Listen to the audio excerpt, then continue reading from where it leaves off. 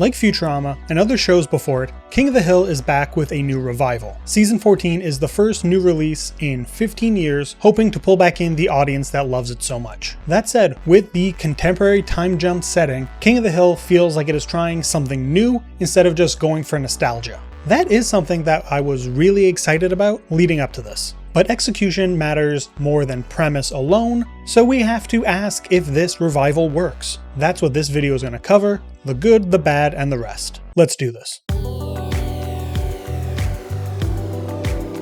Okay, Internet, the first thing we need to discuss is Boomhauer has iPad. Okay, not really. The first thing we should go over is the basic premise of the relaunch, where Hank and Peggy have been away, living and working in an American community in Saudi Arabia. I've seen some people online push back against that choice, but I personally like it because of what it does for the plot. The show has always been, at least in part, built around Hank's worldview being challenged by the world around him. I always use the episode where Hank isn't sure if he should vote because of George Bush's limp handshake as the example when talking about that. His handshake. It's limp. So, shipping the Hills overseas, setting them up in a preserved, idealized version of an American town, allows the show to preserve the characters as well. This is a perfect way to allow the show to tackle more modern elements in society without having Hank been fully aware of them as they are first cropping up. The writers could have done that with a floating timeline, a narrative tool the show used in its original run, but I feel like it wouldn't have worked as well here. I just think that with that big gap in between seasons 13 and 14, picking up with everything exactly how it was would have felt a little cheap. I also think this preserves the finale of the original run, something I love because that ending is pretty perfect. Well, Dad, it looks like this is the last one. Oh, you're just getting started, Bobby. You'll be grilling your whole life. Just like you. Yep. Yep. It makes the revival feel less like a 14th season and more like a sequel series. A King of the Hill ship it in, if you will. King of the Hill is anime. They also, thankfully, didn't make Hank and Peggy totally ignorant to the changing world either. They know about Zoom and Nepo babies, and the references they make to that kind of terminology sounds exactly how you would expect people of their generation to sound saying that stuff. Not quite hello fellow students, but also not overly hip either.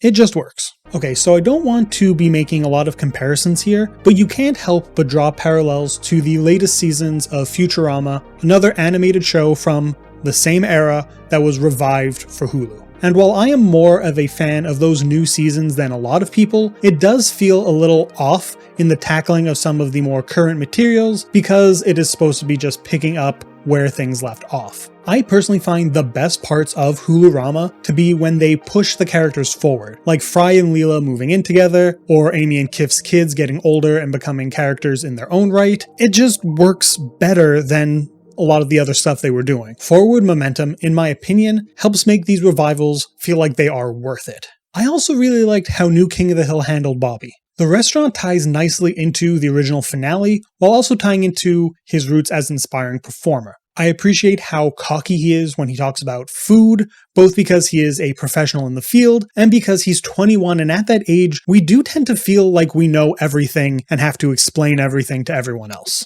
That said, they don't get away from him being sweet because he has always been a good kid, even in episodes where he's making mistakes. The Dallas setting does pull him away from the other plot lines, and I would prefer a little more overlap, but I get why it's done, and it helps emphasize how he is striking out on his own. The connective tissue between him and the rest of the show is good, I just wish there was a little bit more of it, like 5%. It's weird to put a number on it.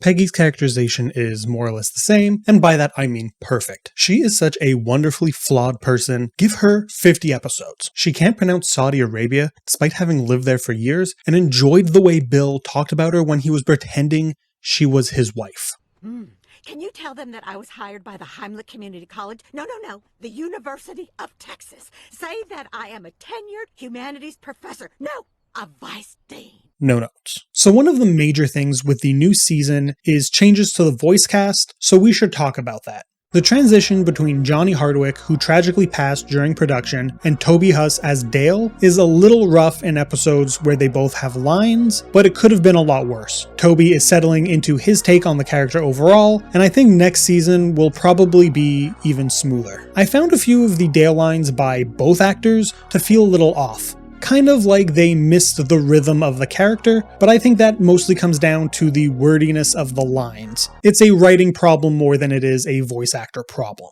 The voice change for Joseph was surprisingly jarring to me at first. In the beer story, he mostly has a few one-liners that didn't quite feel right, but after that, when he has more going on, I think it plays a lot smoother, and I really like what Ty LeClaire was doing. Honestly, I feel like the first 2 episodes were the most choppy in general, and we'll talk about that a little more in a bit. But while we're on Joseph, I really like the characterization we got for him. You see the influence of Dale on him growing up, as well as similarities he has to John Redcorn, but blended together with the kind of dumb kid he was in the original run to make a character that does feel wholly his own. I wonder if he will get his own storylines moving forward. I think these shorter seasons don't really lend themselves as naturally to giving smaller characters episodes and subplots the same way a 22 episode season would, but he's been great as a supporting player. The bigger issue is Ronnie Chang as the voice of Khan.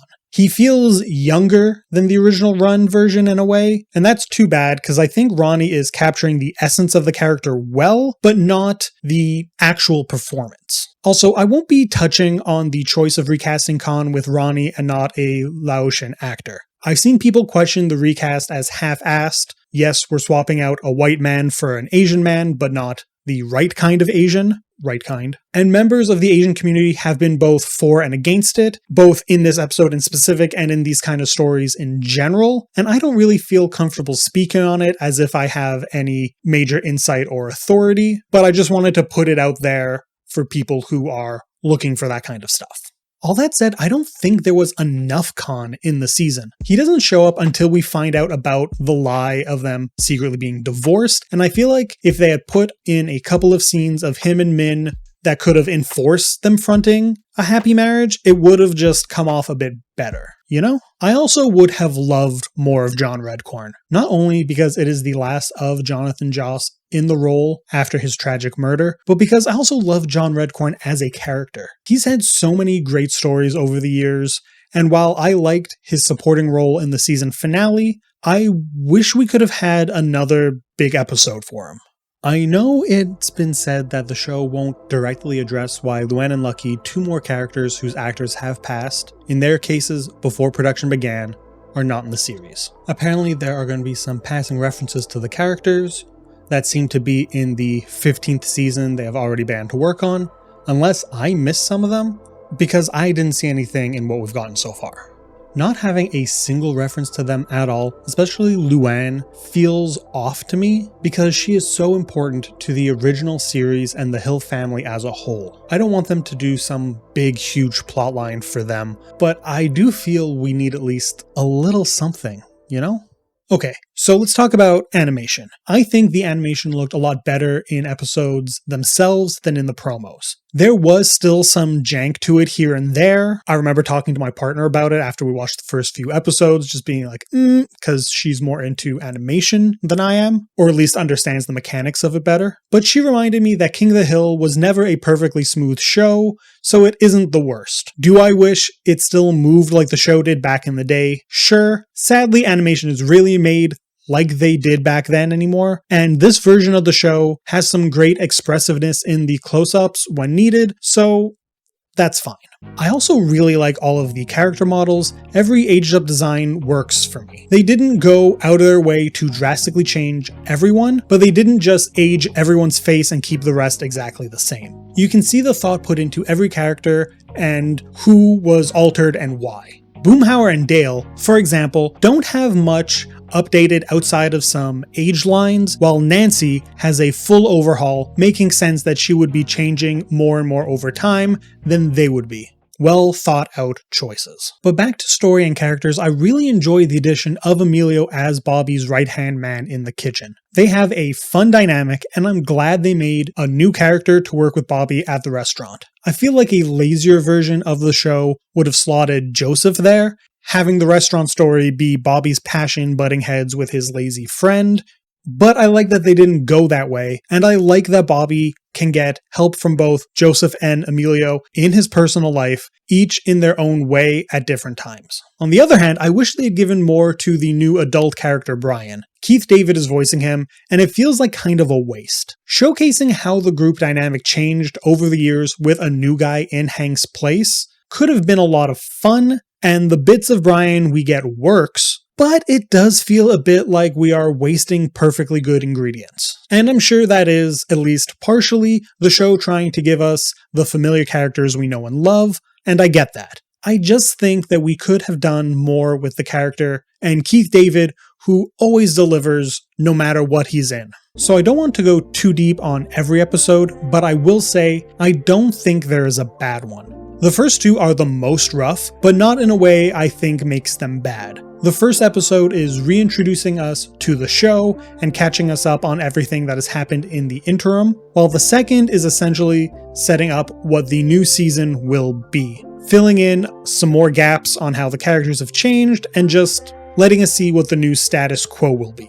Not necessarily a bad thing, but once all of that setup is taken care of, I think the show finds its stride a little more. I also love the choices they're making with the Bobby and Connie relationship. They don't try to do a slow burn, will they, won't they, for years, or even the whole season. It has some bumps getting them together, but not in a bad way. The choice to have their first few dates be rocky because they have to come to terms with not being the same people they were as kids is great. It felt like a natural way to combine the awkwardness of first dates, highlighting their growth as people, and fitting in a few callbacks to old episodes in a way that felt natural. All in all, I really like the revival, at least the first season. I appreciate the changes that were made. They feel both thoughtful on how the characters would evolve realistically, and felt like they were able to create something that could stand more as a sequel than a continuation, helping it not live wholly in the shadow of the original. Not every callback worked perfectly, but I didn't feel like they were playing the hits in terms of meme references either. That definitely could have been an issue that they almost completely avoided. If you were on the fence about checking it out, I think it is definitely worth your time. There's a lot of great gags and a good amount of heart too that I really appreciate, because that's always been a thing with the series, and seeing that return and honestly feel more emphasized in the shorter season length was a nice treat. The fact that they didn't make the Hills just angry boomers was nice. Thank you so much for watching. Please leave your opinions about the revival season in the comments, but be nice about it. We may not all agree on what does or doesn't work, but it's just a show and we don't have to take it too seriously, so be nice to each other. If you enjoyed the video, please like and subscribe, and until next time, have a good one.